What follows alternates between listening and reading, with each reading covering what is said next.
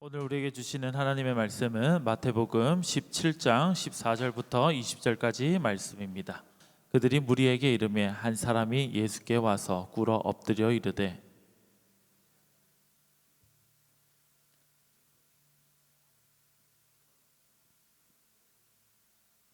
내가 주의 제자들에게 데리고 왔으나 능히 고치지 못하더이다.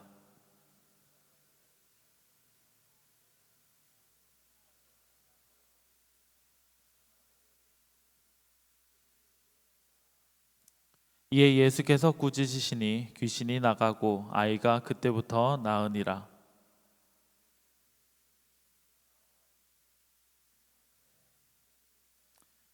함께 읽겠습니다. 이르시되 너희 믿음이 작은 까닭이라. 진실로 너희에게 이르노니 만일 너희에게 믿음이 겨자씨 한 알만큼만 있어도 이 산을 명하여 여기서 저기로 옮겨지라 하면 옮겨질 것이요 또 너희가 못할 것이 없으리라. 아멘. 해군은 다른 군대와 조금 다른 게 있어요. 해군은 군함을 타는데 그 군함 안에는 병, 또 부사관, 장교가 있는데 다른 군대 안에는 병들이 더 많이 있지만 해군은 군함에 부사관들이 더 많이 있습니다. 배는 많은 기계가 자리 잡고 있고 그 기계를 다루는 전문 직업인 부사관 위주로 많이 하게 돼요. 제가 해군 부사관으로 있으면서 기관사 역할을 하고 있었는데 기관사는 추진, 내연 기관뿐만 아니라 조수기, 해수를 청수로 바꾸고 청수 펌프, 그 청수를 각 기관에 전달을 하고 또 오수 처리기와 또 냉동고, 냉난방 장치 그런 기계들을 다루는 일들을 합니다. 그 기계들은 전문적으로 지식이 있는 사람들이 관리를 하고 그리고 병들이 들어와서 그 전문적인 지식을 가지고 있는 부사관들을 도와서 군함이 잘 돌아갈 수 있도록 역할을 하는 거죠. 근데 제가 군대에 있을 때 하루는 작업을 하나 수리를 하고 있었는데 그 시간이 좀 꽤나 오래 걸렸어요. 하나의 작업을 하는데 한 2시간 이상이 소요되니까 그것을 옆에서 지켜보고 있던 일병이 조금 답답했나 봐. 자기가 눈으로 봐왔던 그 작업을 보면서 내가 해도 저거보다는 빨리 할 수 있을 것 같은데 속마음이 쟤한테 좀 들렸어요. 그래서 제가 오후에 너가 이 작업 하나 해볼래? 라고 얘기를 했습니다. 그랬더니 그 일병이 그렇게 대답을 했습니다. 네. 속마음은 내가 해서 너보다 빨리 끝내겠다라고 자신만만한 그 마음과 그 생각이 왠지 귓가에 들렸던 것 같아요.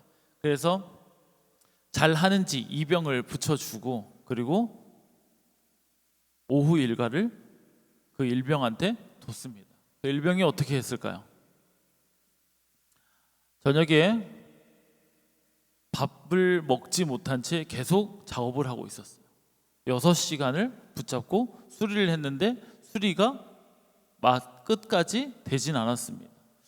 왜 그랬을까요? 그 일병은 제가 늘 옆에서 수리하는 것을 보고 왔었고 그리고 안다라고 생각을 해서 자기도 할 수 있다라고 생각했는데 왜 하지 못했을까요?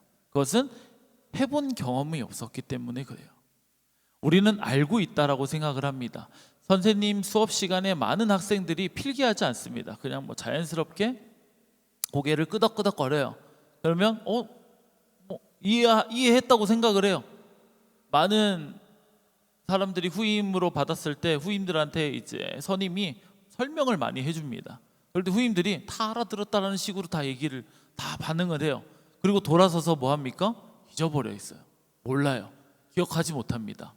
그리고 다시 되묻는 일들을 하게 되죠. 왜 그렇습니까? 실제로는 알아들은 것 같지만 안 것 같지만 이해한 것 같지만 실제로 다 알지 못한 상태입니다. 우리가 그 자리가 비었을 때, 그 문제가 해결되지 않았을 때, 우리가 시험을 치지 않고 있을 때까지만 해도 나는 잘 하고 있고 할 수 있고 해낼 것이다 라고 생각했는데 시험을 치고 나면 왜 그 점수가 나왔지? 나는 다 맞은 것 같은데? 라는 생각을 할 때가 있어요. 꼭 시험을 치거나 아니면 어려운 문제 상황에 닥치거나 아니면 그 빈자리가 생겼을 때 우리는 그 결핍의 상황에 도달했을 때야만 우리의 부족함을 인지하게 됩니다. 즉 우리는 무엇인가가 부족한 자리, 상황, 어려운 문제, 그것을 겪고 났을 때 내 연약함, 부족함, 결핍이 생겨요. 이게 살아가면서 사람과 사람의 사이관계의 가장 중요한 부분 중에 하나입니다. 인지, 내가 부족하다라는 것, 내가 연약할 수 있다라는 것, 내가 이 문제를 풀어내지 못할 수 있다라는 것, 그 한 가지, 거기서부터 우리의 인생에 더 나은 성장으로 갈 수 있는 하나의 첫 계단입니다. 결핍은 감춰야 되는 것이 아니라 나를 더 성장시켜 줄 수 있는 하나의 첫 계단이에요. 그렇게 내가 결핍이 있다라는 것을 인지하고 난 이후, 그 결핍 이후에 우리에게 조금의 하나님이 지어둔 놀라운 능력이 하나가 있습니다. 여러분 모두에게 가지고 있어요. 저는 어릴 적에 방학 숙제라는 것을 가지고 살아왔는데, 여러분들이 이제는 뭐 방학 숙제는 잘 없잖아요. 근데 여러분 과제를 하면서 언제 합니까? 과제를 언제 해요? 여러분 과제는 항상 선생님이 일찍 내줍니다. 심지어 어떤 아이들은 늘 친구한테 들어서 과제가 있었다라는 걸 인지하지만, 과제는 대학교에 들어가서도 언제 내줍니까? 언제부터 줍니까? 과제를 수강 신청을 하고 정정 기간을 거쳐서 딱 그 기간, 딱 그때부터 과제를 줍니다. 그러면 15주, 16주라고 되는 그 기간 동안 그 과제를 조금씩 차근차근 하면 돼요. 차근차근 하면 됩니다. 조금씩. 내가 15주 기간 동안 소논문을 작성하는데 28페이지, 30페이지 작성하니까 그럼 내가 한 2주에 한 번씩은 2페이지, 3페이지씩은 좀 그래도 준비를 하면서 적어볼까? 라고 생각을 합니다. 그러다가 시간이 어떻게 지나갑니까? 순식간에 지나가고 몇 주만 남아요? 한 2주 남았습니다. 원래는 차근차근 할 것이었는데 돌아보니 한 2주밖에 남지 않아요. 그리고 어떤 생각을 합니까? 큰일 났다 진짜. 어떡하지 하다가 또 일주일이 가요. 그리고 심지어 논문을 저는 이틀 만에 썼습니다. 책 12권을 읽고 이틀 만에 사람이 논문을 쓸 수가 있더라고요. 소논문을 작성할 수가 있어요. 이번에도 제가 석사 과정을 거치면서 제 성적이 여러분 뭐 나왔을 것 같습니까? 제가 이번에 석사 과정을 하러 매주마다 서울을 오르락내리락 하잖아요. 제가 성적이 뭐 나왔을 것 같아요? A가 나왔어요. A가 나왔어. 어떻게 A가 나왔지? 말도 안 되는 점수가 살짝 나오면서 나는 분명 논문을 언제 썼는데? 이틀 전에 썼는데, 당일날 제출하거나 이틀 전에 제출하거나. 근데 저만의 상황이 아닙니다. 모든 여러분들이 과제는 꼭 미리 하는 것보다 대다수의 사람들이 언제 합니까? 급박하게 시간의 부족함을 느꼈을 때. 심리학자들 중에서 앵그리버드 게임 아시죠? 앵그리 블루베리라는 게임을 요청을 했어요.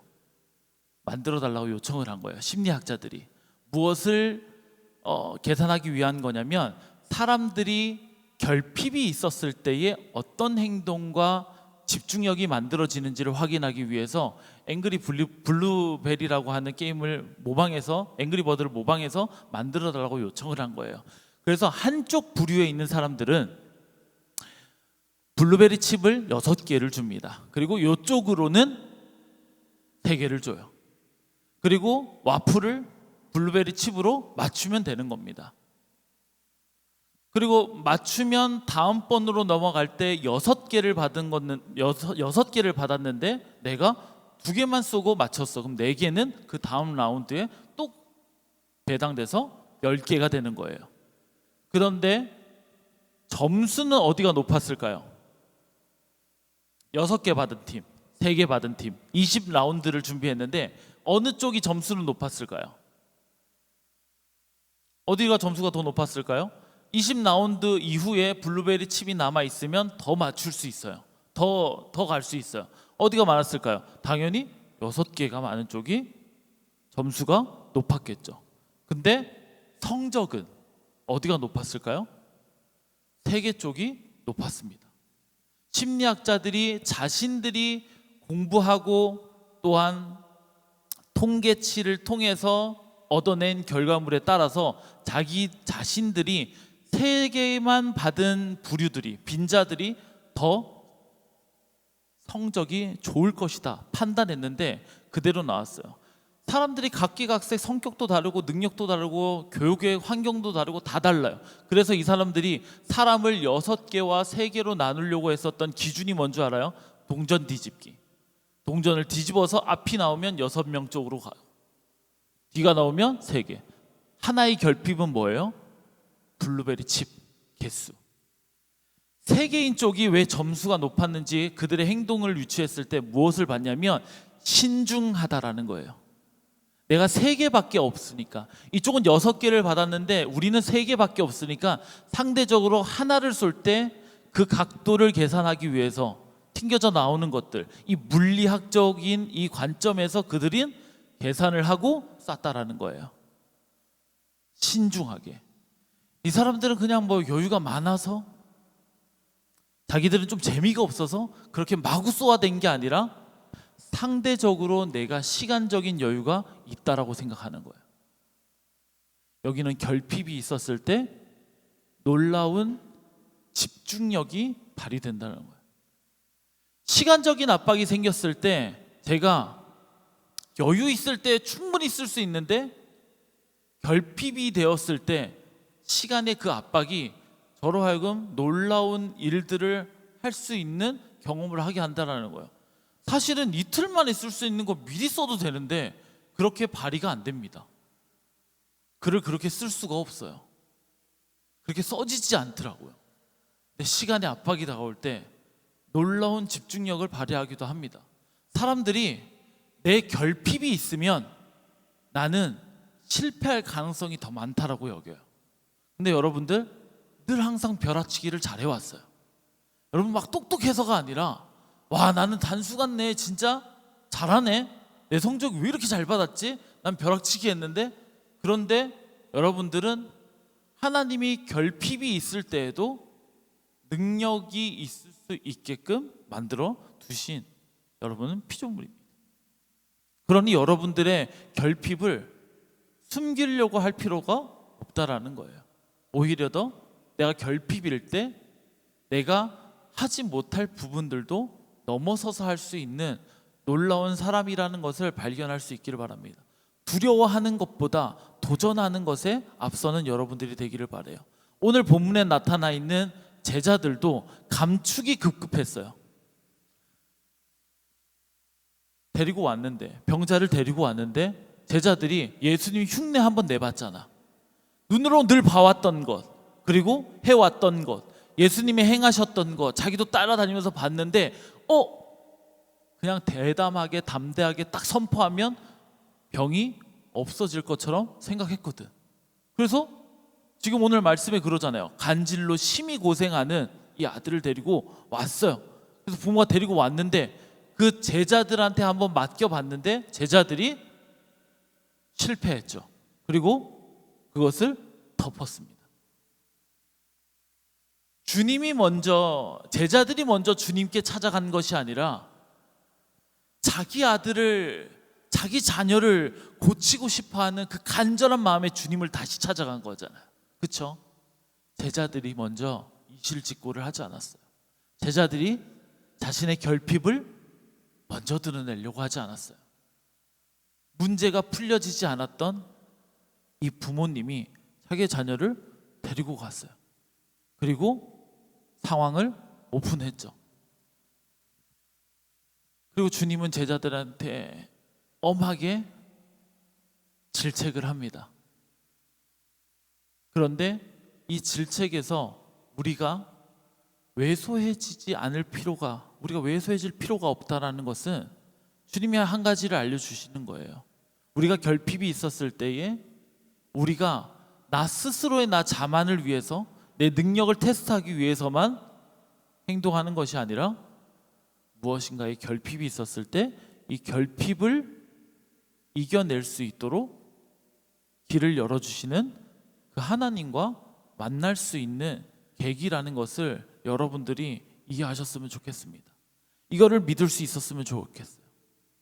제자들은 감추기에 급급했는데 오히려 주님은 그것이 오픈될 때에 질책하면서 왜 너희들에게 내가 없느냐라고 얘기하는 거예요. 믿음은 항상 여러분들한테 이렇게 성경을 읽으라고 그랬죠. 믿음이라는 단어를 그냥 예수라고 그냥 바꿔서 읽으시라고. 왜 너희에게 믿음이 없느냐? 왜 너희에게 예수가 없느냐? 이렇게 얘기하는 거예요. 왜 너희에게 아직도 예수가 없느냐? 왜 아직도 너의 결핍들을 그냥 감추고 외면하고 방치하고 그냥 포기하려고 하지? 왜 너희에게 아직도 너를 만든 예수가 없느냐?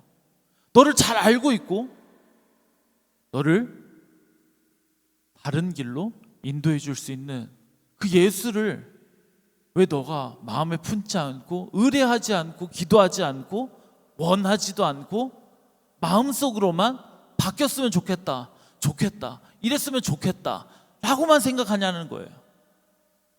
결핍이 있었을 때에 드러내라는 거예요.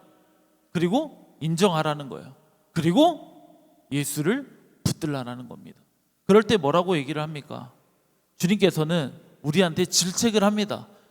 이 패역한 세대요, 이 어리석은 세대요, 너희가 아직도 믿음이 없고 나는 언제까지 너희들한테 그렇게 참아야 되니? 라고 얘기하시면서 주님은 떠나는 것이 아니라 오히려 감싸 안는다라는 거예요. 그러면서 이렇게 얘기를 하잖아요. 너희에게 예수가 겨자씨 한 알만큼이라도 있었으면 좋겠다, 이 말이에요. 내 결핍과 내 어려운 상황과 내 풀리지 않는 그 문제 가운데에 우리의 마음속에서는 예수 그리스도라고 하는 그 이름이 너에게 겨자씨 하나만큼이라도 있었으면 좋겠다. 그거를 얘기하시는 거예요. 나는 언제든 너의 결핍에 나는 외면하지 않을 자신이 있는데 너는 나를 겨자씨만큼도 생각하지 않고 있구나. 이거를 얘기하고 있는 거예요. 오늘 말씀 가운데 여러분, 오늘 말씀 가운데 우리 함께 기도하기를 간절히 소망합니다. 결핍은 내 수치심이 아니에요. 결핍은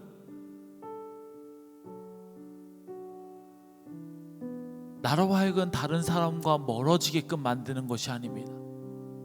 오히려 간질병에 걸린 그 아들, 그 자녀를 둔 부모는 너무 힘들었을 거예요. 왜 나는 내가 어떻게 할 수 없는 내 자녀를, 사람들한테 부끄러운 자신의 삶의 모습, 내가 무엇을 잘못해서 내 자녀가 이런 질병에 걸렸을까? 라고 생각했던 그 부모는, 그 결핍이 예수 그리스도를 만나는 통로가 됐잖아요. 이게 은혜의 통로가 되는 거예요. 우리 자신을 다 드러낼 수 있을 만큼 당당한 사람이 있습니까? 누구 하나쯤 가지고 있는 이 결핍, 이 연약함? 근데 그것은 내가 드러냈을 때 주여 내 아들을 고쳐주소서, 감추는 것이 아니라 드러냈을 때 내가 할 수 없는 능력, 그냥 내가 모방하려고 했지만 나는 안 되는, 근데 그것을 어떻게 해서든지 감추려고 했지만 드러냈을 때 오히려 물으라는 거예요. 주님 왜 안 됩니까? 주님 저는 왜 안 됩니까? 주님 우리는 왜 못 고칩니까?